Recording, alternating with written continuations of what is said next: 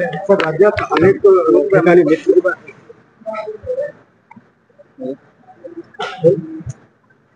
राज्यामध्ये अनेक ठिकाणी मित्र पक्षांमध्ये युती झाली, काय नेमकी? खरं आहे, एक तर 9 वर्षाच्या प्रदीर्घ कालावधीनंतर या निवडणुका होत आहेत.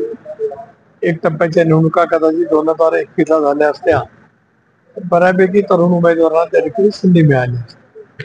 दुसरं महत्वाचं असं की प्रचंड प्रमाणात आम्हाला यश विधानसभेच्या निवडणुकीमध्ये मिळालं. स्वाभाविकपणाने लढणाऱ्या उमेदवारांची संख्या प्रत्येक महायुतीतल्या घटक पक्षामध्ये वाढली आणि स्थानिक पातळीवरती सुद्धा वेगवेगळे समीकरण असतात, वेगवेगळ्या राजकीय विचार असतात आणि त्याच्यामुळे काही ठिकाणी युती झाली नाही. पण शेवटी राज्यभराचं नेतृत्व करत असताना महायुती एकत्रित आहे, अवैध आहे आणि एकत्रितच राहील. नांदेडच्या बाबतीत तिकडे जे मित्र पक्ष आहेत म्हणजे भाजप याच्यावरती आरोप केला जातो की त्यांनी युती तोडली, त्यांनी म्हणजे प्रस्ताव दिला होता राष्ट्रवादीने शिवसेनेने, मात्र त्यांनी तो धुडकावला, युती तोडली. मला या विषयावर तपशील माहिती नाही.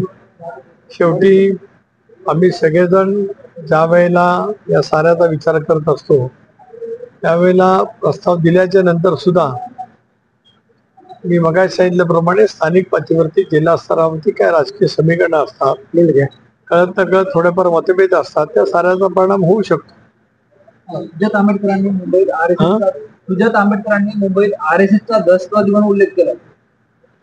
एक असं आहे की लोकशाहीमध्ये आज असं आपला संविधान दिन आहे, त्यामुळे स्वाभाविकच अभिव्यक्ती स्वातंत्र्य प्रत्येकाला माननीय भारतरत्न डॉक्टर बाबासाहेब आंबेडकरांनी दिले असल्यामुळे प्रत्येक जण आपापली मतं त्या ठिकाणी व्यक्त करण्याचा प्रयत्न करत असतो.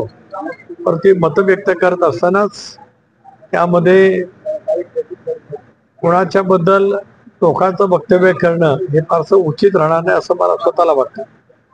गुलाबराव पाटील असं म्हणतात की आपल्याकडे नगरविकास खातं आहे, त्यात माल आहे, 1 तारखेला रात्री बाहेर गप्पा लक्ष्मी येणार आहे, मतदानाच्या आदल्या दिवशी लक्ष्मी येणार आहे. गुलाबराव म्हणजे आमचे मंत्री, आमचे मंत्री म्हणजे महायुतीचे मंत्री आहेत, त्याच्यामुळे आमचे मंत्री आम्ही त्यांना म्हणतो मानतोच. तर गुलाबरावने सुद्धा का असा उल्लेख करावा हे मला कळू शकत नाही. खातं जरूर नगरविकास हे आदरणीय एकनाथराव शिंदे यांच्याकडे आहे, पण याचा अर्थ असा होत नाही की आम्ही इलेक्शनच्या तोंडावरती मतदारांच्याकडे या पद्धतीचं वक्तव्य त्या ठिकाणी करावं.